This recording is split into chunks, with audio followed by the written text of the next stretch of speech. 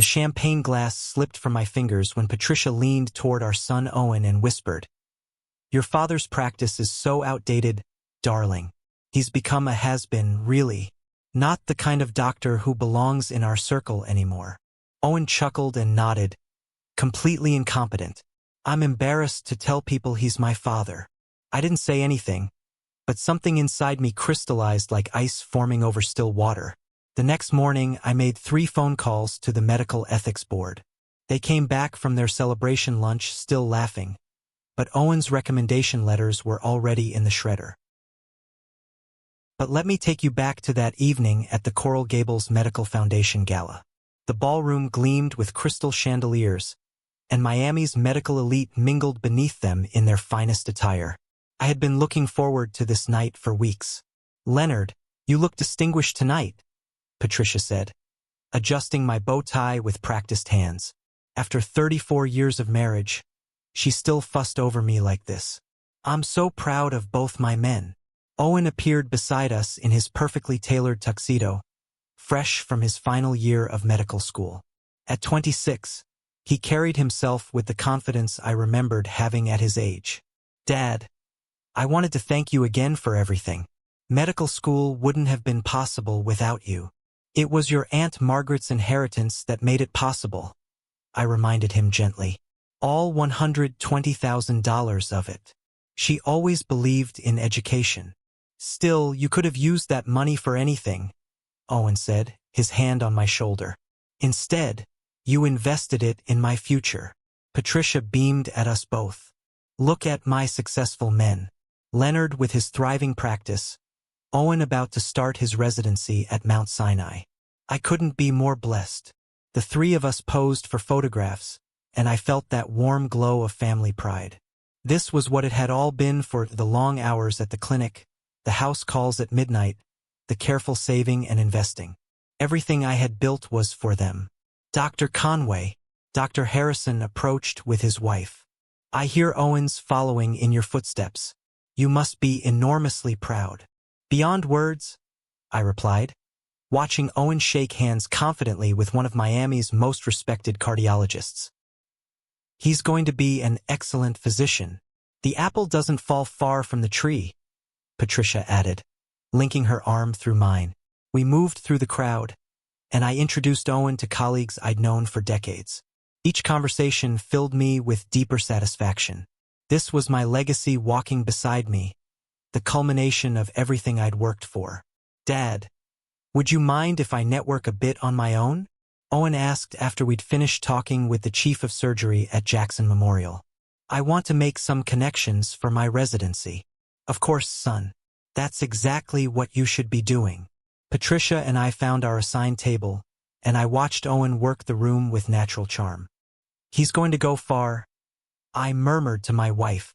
"Further than either of us ever dreamed." She agreed, though something in her tone seemed different, sharper. The evening progressed beautifully. The foundation raised over $2 million for the new pediatric wing. During dinner, I told Patricia about my plans to expand the clinic, maybe hire another physician. "That sounds wonderful, darling," she said, but I noticed she kept glancing toward the bar where Owen was deep in conversation with a group of younger doctors. After the speeches, I excused myself to use the restroom. On my way back, I decided to check on Owen, maybe join his conversation. As I approached the group by the bar, I heard Patricia's voice. She was standing with Owen and 3 other young physicians, their heads bent together in intimate conversation. I was perhaps 10 feet away when I heard her words clearly. "Your father's practice is so outdated, darling. He's become a has-been, really. Not the kind of doctor who belongs in our circle anymore." My feet stopped moving. The ambient noise of the party seemed to fade. Owen's response cut through me like a scalpel. "Completely incompetent. I'm embarrassed to tell people he's my father. His methods are from the Stone Age." One of the young doctors laughed. "Seriously? But he seems so pathetic," Patricia supplied. "Trust me, I know. I've been married to him for 34 years. He's holding Owen back by association. That's why I'm distancing myself," Owen continued. "Once I start my residency, I plan to minimize contact. Can't have his reputation damaging mine. The crystal glass in my hand began to slip. I caught it, but champagne sloshed onto my fingers. The liquid felt ice-cold. Dr. Martinez, one of the young physicians, glanced my direction and his face went pale. Owen. But Owen was still talking, warming to his subject. The man still uses paper charts. Can you believe it? His patient base is mostly elderly Medicare patients. No innovation, no research, no publications. Just a small-town doctor who got lucky with location. Patricia nodded sagely. I keep hoping he'll retire so we can finally move in proper circles. But he's too stubborn to realize he's past his prime. The silence that followed stretched like a held breath. Dr. Martinez was now staring directly at me, his mouth slightly open. Patricia followed his gaze and turned. Our eyes met across those 10 feet of polished marble floor. Her face went through a sequence of expressions. Surprise, realization, then something that looked almost like relief. Owen turned last. When he saw me, his confident posture crumbled slightly, but then he straightened, as if deciding to own his words. The other young doctors melted away like smoke. I stood there for what felt like an eternity, looking at my wife of 34 years and the son I had sacrificed everything to educate. I didn't say a word. I simply turned and walked toward the exit, my footsteps silent on the marble floor. I drove home in absolute silence, Patricia and Owen following in their own car. The house felt different when we walked in, not like coming home, but like entering a museum of a life that no longer existed. I sat in my study and stared at the diploma on the wall, the one from the University of Miami School of Medicine, class of 1985. 37 years of practice. I looked at the family photo on my desk. Patricia, Owen, and me at Owen's medical school graduation just 3 months ago. That's why I'm distancing myself. Once I start my residency, I plan to minimize contact. The words echoed in my mind as I remembered what that graduation had cost me. Aunt Margaret had died 2 years ago, leaving me her entire estate, $120,000 that she'd saved by living modestly her entire life as a school teacher. For education, her will had specified, Leonard will know what to do with it. I had known exactly what to do with it. Owen's medical school debt would have been crushing otherwise. 4 years at the University of Florida College of Medicine tuition, books, living expenses, everything. I had written check after check, watching my inheritance disappear into my son's future. But it wasn't just Aunt Margaret's money. It was the $47,000 I'd borrowed against the clinic to cover his first year. The $23,500 I'd taken from our retirement account for his MCAT prep course and application fees. The monthly $2,850 I'd sent him for 4 years and 2 months for living expenses, $142,200 total. And before medical school, there had been undergraduate costs. 4 years at Emory University, $52,000 per year in tuition alone. Room, board, books, spring break trips, study abroad in London, the BMW I'd bought him for graduation. Another $280,000 conservatively. His patient base is mostly elderly Medicare patients. I thought about Mrs. Rodriguez, who had been coming to me for 23 years. Last month, when she couldn't afford her blood pressure medication, I'd called in favors with 3 different pharmaceutical companies to get her samples. Mr. Thompson, whose diabetes management I'd personally overseen for 15 years, saving his sight and probably his life. The Haitian family I'd treated pro bono for 6 months when the father lost his job. These weren't just Medicare numbers. These were people who trusted me with their lives. The man still uses paper charts? Can you believe it? I used paper charts because I spent my money on patient care, not fancy electronic systems. Every dollar I didn't spend on overhead was a dollar I could use to keep my fees reasonable for families who were struggling. I walked to the filing cabinet and pulled out Owen's folder, every receipt, every check stub, every loan document. The numbers were staggering when you saw them all together. Total investment in Owen's education, $654,700. I didn't sleep that night. I sat in my chair, adding and re-adding figures, reading documents by lamplight. But I wasn't angry. Something much colder had settled into my chest. A surgeon's calm. At 6 a.m., I made my first call. Dr. Phillips? This is Leonard Conway. I need to speak with you about Owen Conway's recommendation letters. By the time Patricia and Owen woke up, I was on my second pot of coffee and my seventh phone call. I had served on the Medical Ethics Review Board for 12 years. I knew everyone worth knowing in Miami's medical community. Leonard. Patricia appeared in the kitchen doorway in her silk robe. You're up early. Couldn't sleep? I said calmly, scrolling through my phone contacts. Too much to think about. Owen stumbled in a few minutes later, his hair disheveled. Dad, about last night. Coffee's fresh, I interrupted, not looking up from my phone. I made plenty. They exchanged glances. Owen tried again. I think we should talk about what happened at the gala. Nothing to talk about, I replied evenly. You were very clear about your feelings. The silence stretched uncomfortably. Finally, Patricia sat down across from me. Leonard, you have to understand. Owen's career is just starting. Sometimes people say things they don't mean when they're trying to fit in. I looked at her directly for the first time that morning. Was there something untrue in what either of you said? Owen shifted uncomfortably. Dad, it's not that simple. It's very simple, I said.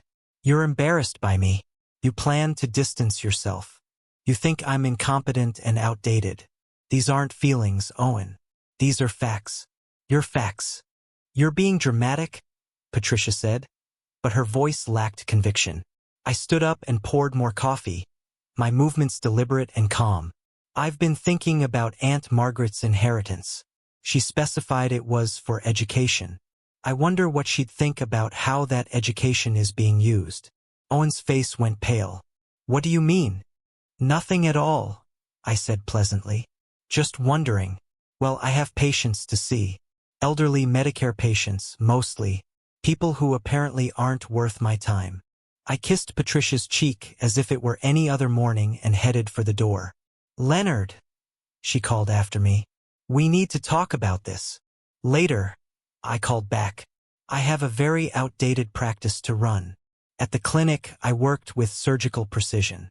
Between patients, I made calls. Dr. Phillips at Mount Sinai was first. Leonard, good to hear from you. What can I do for you? It's about Owen's recommendation letters for the residency program. Oh yes, stellar young man. We're excited to have him.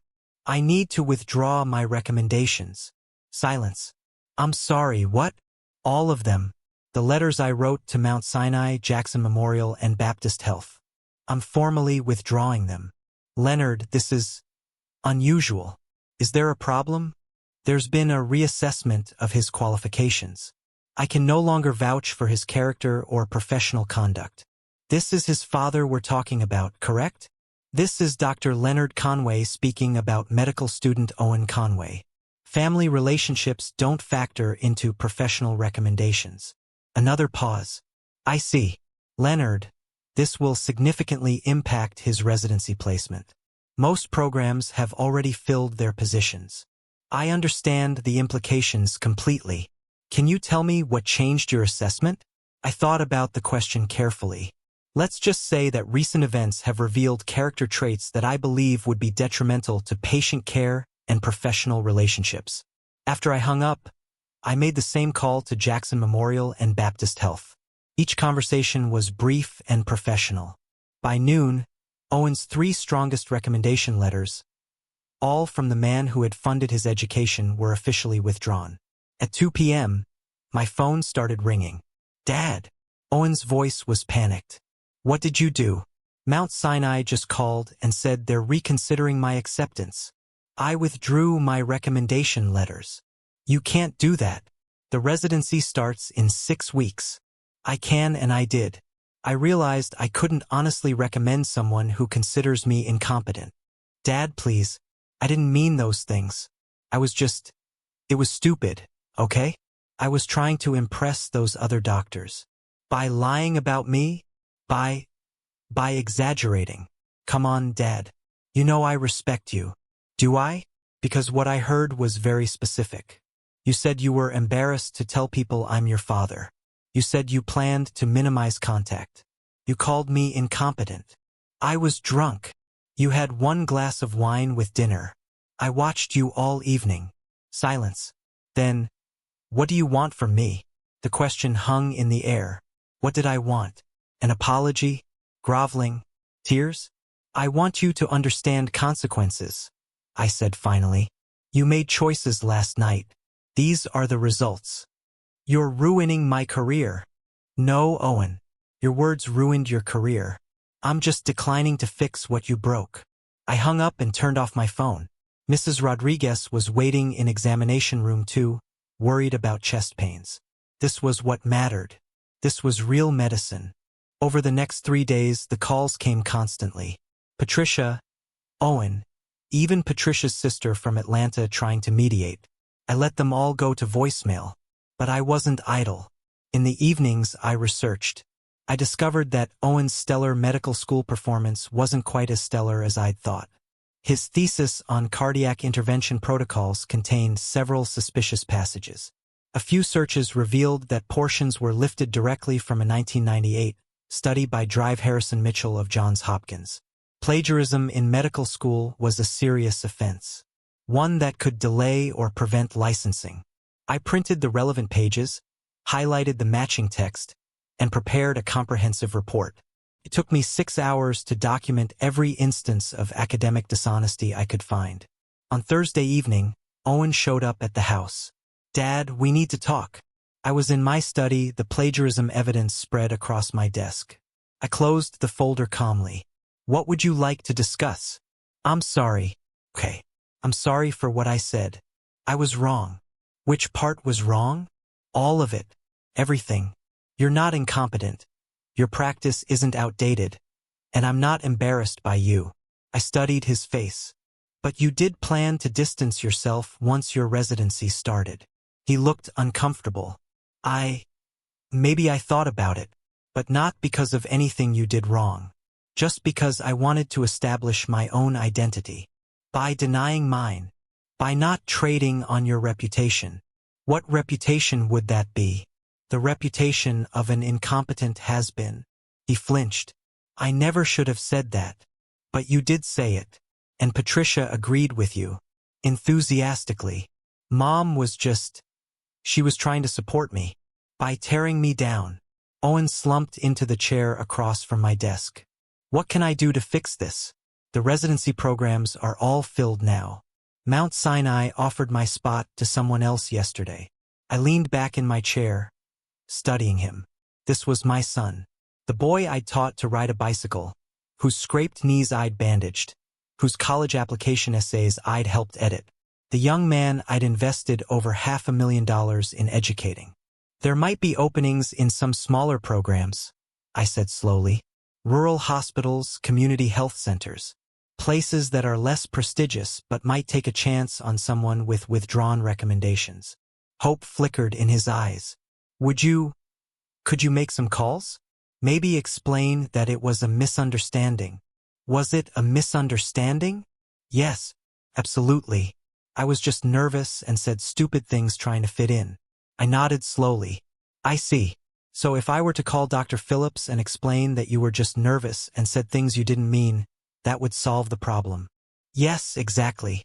Even though what you actually said was that you were embarrassed by me and planned to minimize contact? His face fell slightly. Dad, please. I need those recommendations. Without them, I can't get a residency anywhere. I opened the folder on my desk and spread out the plagiarism evidence. Owen, I found something else we need to discuss. He looked at the papers and I watched his face go white. Your thesis, I continued calmly, particularly pages 15 through 37, and pages 42 through 59, and the entire conclusion section. Dad. Dr. Harrison Mitchell published this exact research in 1998. Same methodology, same conclusions, even the same phrasing in many places. Owen's mouth opened and closed soundlessly. This is your work? I asked, pointing to a highlighted paragraph. Because it's remarkably similar to Dr. Mitchell's work from 23 years ago. I used it as a reference. without attribution, for 6 entire pages. It was an oversight. I meant to cite it properly. I pulled out another set of papers. This section here matches work by Dr. Patricia Gomez from 2003. This part is from a 2007 study by Drive Robert Kim. Should I continue? Owen buried his face in his hands. Do you know what happens when plagiarism is discovered in a medical student's thesis? I asked conversationally. Dad, please don't. The medical board reviews the case. If plagiarism is confirmed, licensing can be delayed by up to 2 years, sometimes permanently denied. You wouldn't. I looked at him steadily. A week ago, I wouldn't have thought you'd call me incompetent in front of your peers either. People surprise you. What do you want? There was that question again. I thought about it seriously this time. I want you to understand that actions have consequences, I said finally. I want you to experience what it feels like to have someone you trusted betray you publicly. I'll apologize publicly. I'll tell everyone at the gala that I was wrong. The damage is already done, Owen. My reputation in this community was built over 37 years. You tried to tear it down in one conversation. So what happens now? I closed the folder. Now you figure out how to build your own reputation without my help. And without the shortcuts you took in school. He stood up abruptly. You're really going to destroy my career over some stupid comments I made at a party?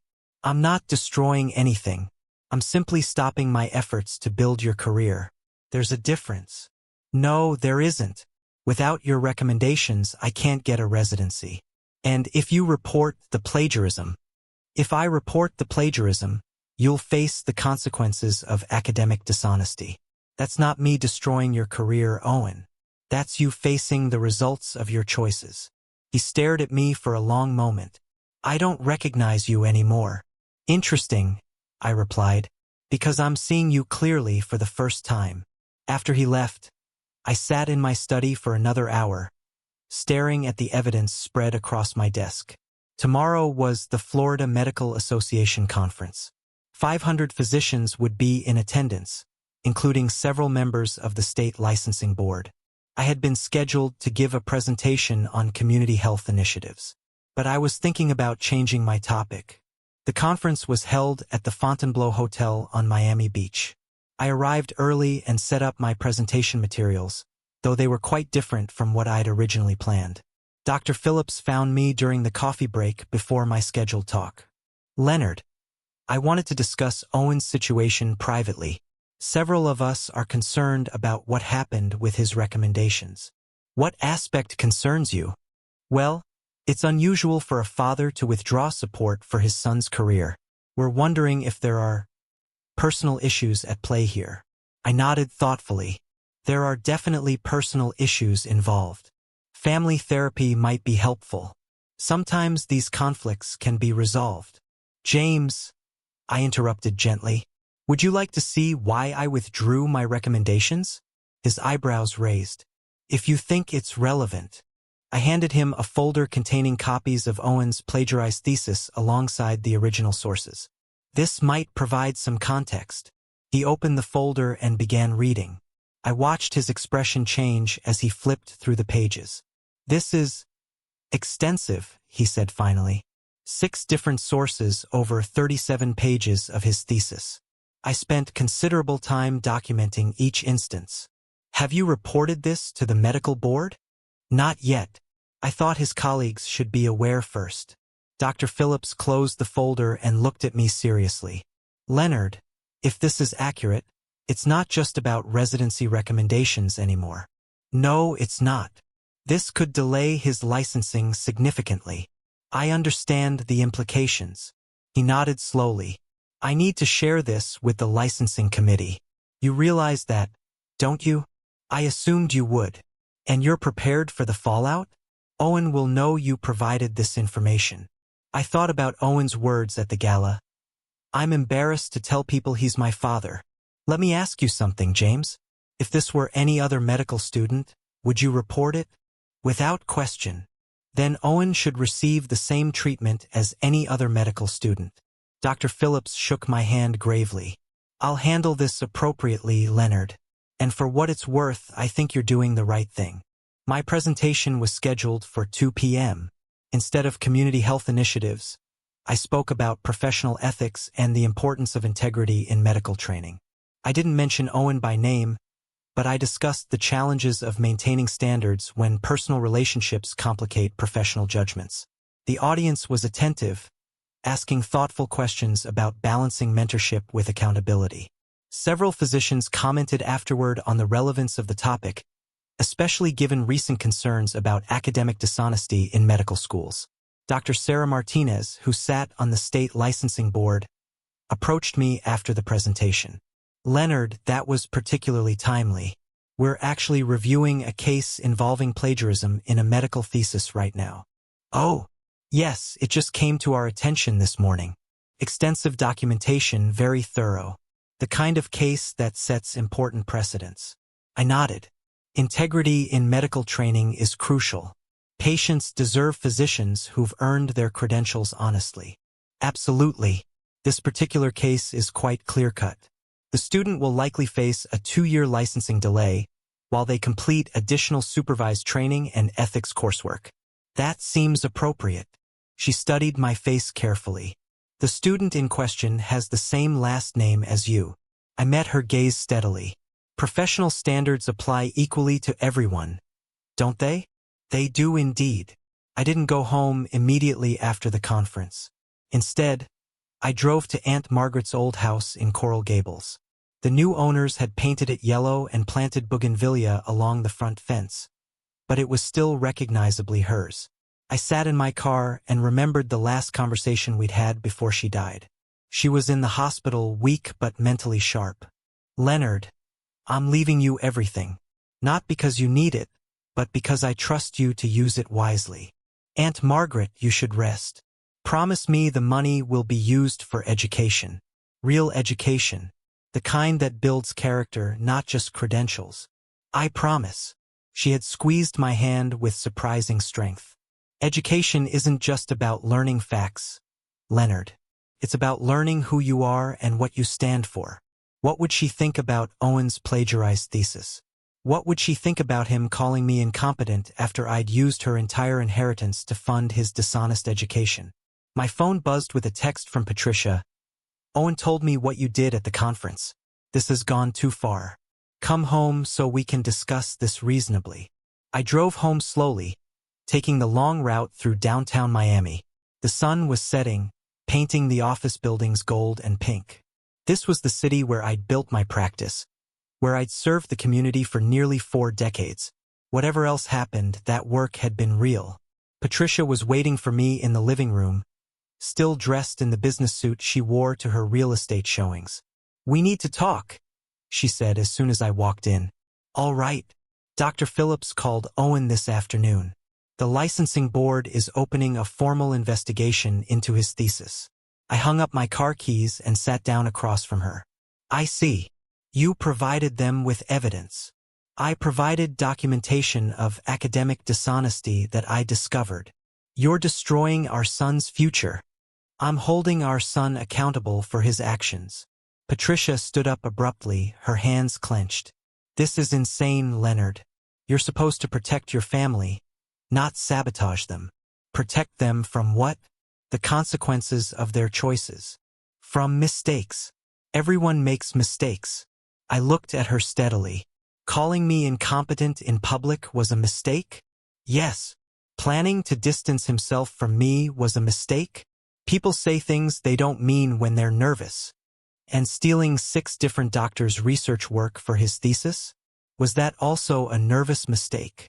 She stopped pacing. You don't understand the pressure he's under. I understand pressure perfectly. I've been under financial pressure for 6 years, paying for his education. I've been under professional pressure, trying to maintain my practice while supporting him. I've been under personal pressure, sacrificing my own retirement and comfort for his future. And we're grateful. Are you? Because what I heard at that gala was contempt, not gratitude. Patricia sat down again, her anger deflating. Leonard, I know we hurt your feelings, but this punishment doesn't fit the crime. What would fit the crime, in your opinion? An apology. A sincere conversation about how to move forward as a family. I nodded slowly. And the plagiarism? That's between Owen and the school. So I should ignore academic dishonesty because he's my son? You should consider the source of your information. You went looking for problems because you were angry. She had a point. I had gone looking. But that didn't change what I'd found. Patricia, let me ask you something. If you discovered that one of your real estate colleagues was falsifying property reports, would you report it? That's different. How? Because it's not family. So family members get to cheat without consequences? Family members get the benefit of the doubt and a chance to make things right. I stood up and walked to the window. Our neighbors' kids were playing basketball in their driveway, their voices carrying through the evening air. Normal family sounds from a normal family. Owen had 6 years to make things right, I said finally. 6 years to earn his degree honestly. Instead, he chose to cheat and then he chose to insult me publicly. These aren't mistakes, Patricia. They're character choices. So what happens now? Now Owen faces a licensing review that will likely delay his career by 2 years. During that time, he can complete supervised training and ethics coursework. If he demonstrates genuine reform, he'll eventually be licensed. And us? Our family? I turned to look at her. What family? The one where I'm an embarrassing has-been who needs to be hidden from polite society. Leonard. Or the one where my wife nods along when our son calls me incompetent? She closed her eyes. I was trying to support Owen. By attacking me. By agreeing with him. In the moment. Do you believe what you said that night? The silence stretched between us. Finally, she spoke. Sometimes I think you could modernize your practice more. But I don't think you're incompetent. And the rest? Am I holding Owen back by association? Am I past my prime? You're traditional in your approach. That's not what you said at the gala. She stood up abruptly. Fine. You want complete honesty? Sometimes I do get frustrated with your old-fashioned methods. Sometimes I wish you were more ambitious, more connected to the medical establishment elite. Sometimes I think Owen could benefit from distancing himself from your reputation if he wants to reach the top tier of his field. Her words hit me like physical blows, but I appreciated their honesty. Thank you, I said quietly. Thank you for being honest. Finally, I walked toward the door, then stopped. I'll be staying at the clinic for a while. The office has a small apartment upstairs that I can use. Leonard, wait. I need time to think. And I think you and Owen need time to decide what kind of people you want to be. Where does this leave our marriage? I looked at her for a long moment. This woman I'd loved for 34 years, who had just admitted that she saw me as an obstacle to her social ambitions. I don't know, I said honestly. I really don't know. The clinic's upstairs apartment was sparse but functional. I'd used it occasionally for late-night emergencies or early morning procedures, but never as a residence. It felt strange to be living above my own practice, but also oddly peaceful. Over the next few weeks, I fell into a new routine. I saw patients during the day, then spent evenings reading medical journals or walking through the neighborhood. Without the distractions of family drama, I found myself more focused on patient care than I'd been in years. Mrs. Rodriguez came in for a follow-up on her blood pressure medication. Dr. Conway, you look tired. Are you eating enough? I'm fine, Mrs. Rodriguez. How are you feeling on the new dosage? Much better, thank you. But I worry about you. My daughter says she saw your car here very late last night. I smiled at her concern. I've been working some longer hours lately. Work is important, but family is more important. You should go home to your wife. If only it were that simple. Dr. Phillips called me 2 weeks after the conference. Leonard, I wanted to update you on Owen's situation. I'm listening. The licensing board completed their review. The plagiarism was confirmed, and he's facing a 2-year delay in licensing. He'll need to complete supervised clinical training and a comprehensive ethics program. I see. He's also been dropped from the residency program at Mount Sinai. However, There may be opportunities for supervised training positions at some of the community health centers. That might be good for him.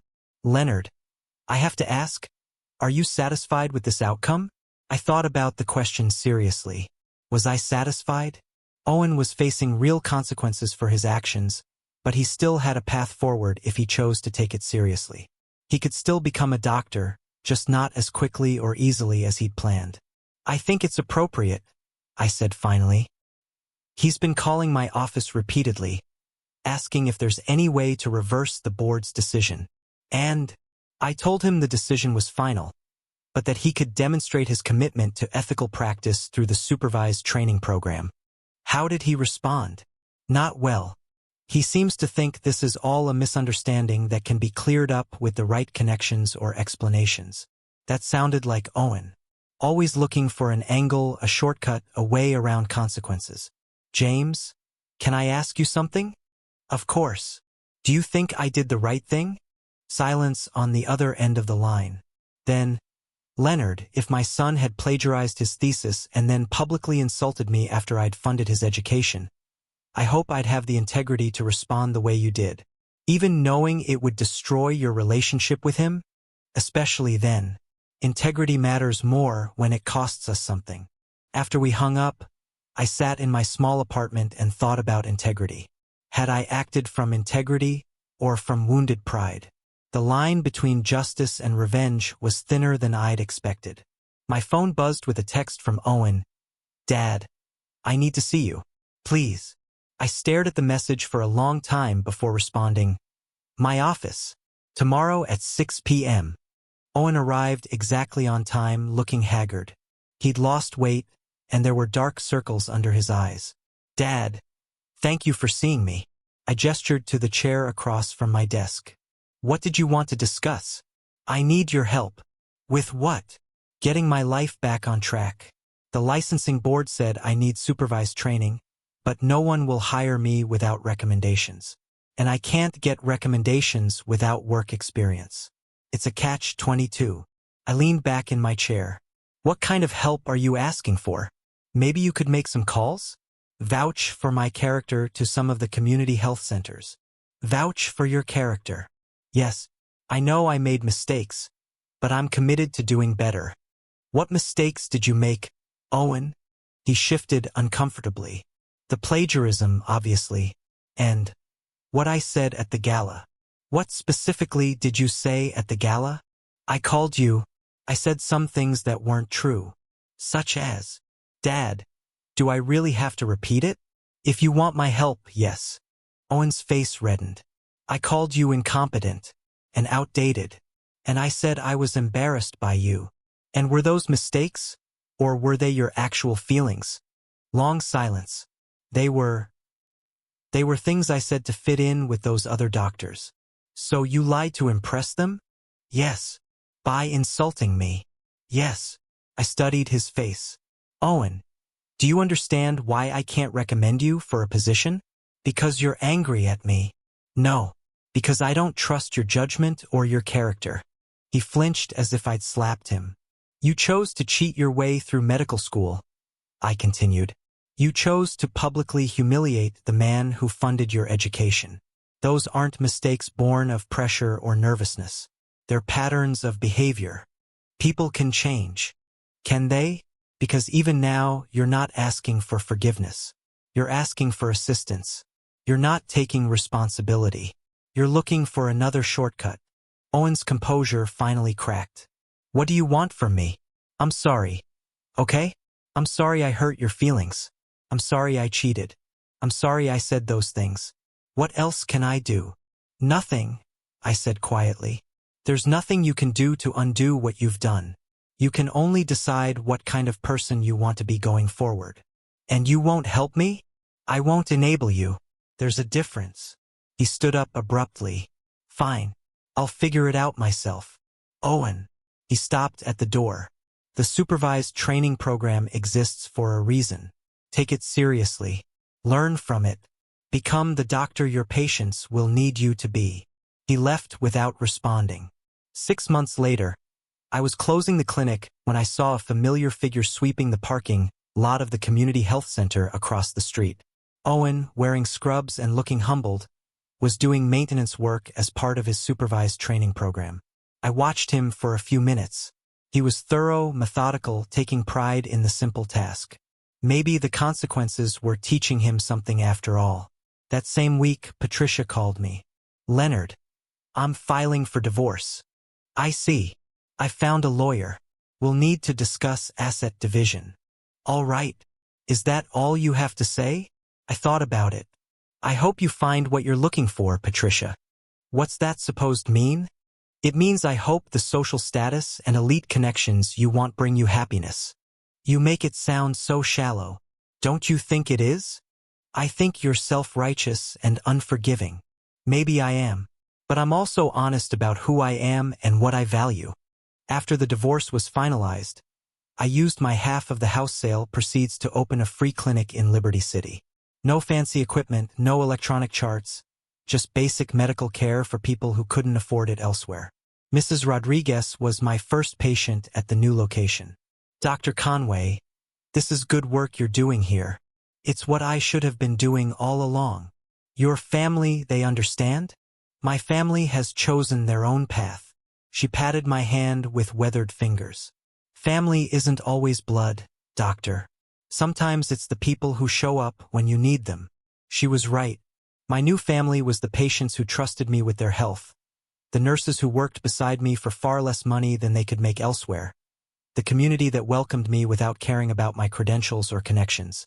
Last month, I ran into Owen at the medical supply store. He was thinner, more serious, wearing the modest scrubs of a community health worker rather than the expensive clothes I remembered. "Dad." He nodded respectfully. "Owen, how are you?" "Learning. The hard way, but learning." "Good. I heard about your free clinic. The other doctors speak highly of it. It's rewarding work." We stood in awkward silence for a moment. Then he said, "I understand now why you did what you did." "Do you?" "You were trying to teach me something I couldn't learn any other way." I studied his face. There was something different there, humility, maybe, or genuine remorse. "Are you learning it?" "Every day." I nodded. "That's all any of us can do." As I drove home to my small apartment near the clinic, I reflected on the past year. I'd lost a wife who valued appearance over substance, a son who chose shortcuts over integrity, and a comfortable life that had been built on others' expectations. But I'd found something more valuable. The knowledge that when everything else was stripped away, I still knew who I was and what I stood for. The work continued. The patients still needed care. And for the first time in years, I woke up each morning eager to provide it. Some might call what I did to Owen and Patricia revenge. But sitting in my simple apartment, surrounded by thank you cards from patients who couldn't afford to pay but insisted on expressing their gratitude, I knew it was something else entirely. It was justice. The slow, methodical kind that teaches rather than destroys, that builds character rather than merely punishing weakness. And if my former family ever chose to rebuild their lives on foundations of honesty rather than convenience, they would know where to find me. If you liked this story, please like this video, subscribe to the channel, and share your impressions in the comments below.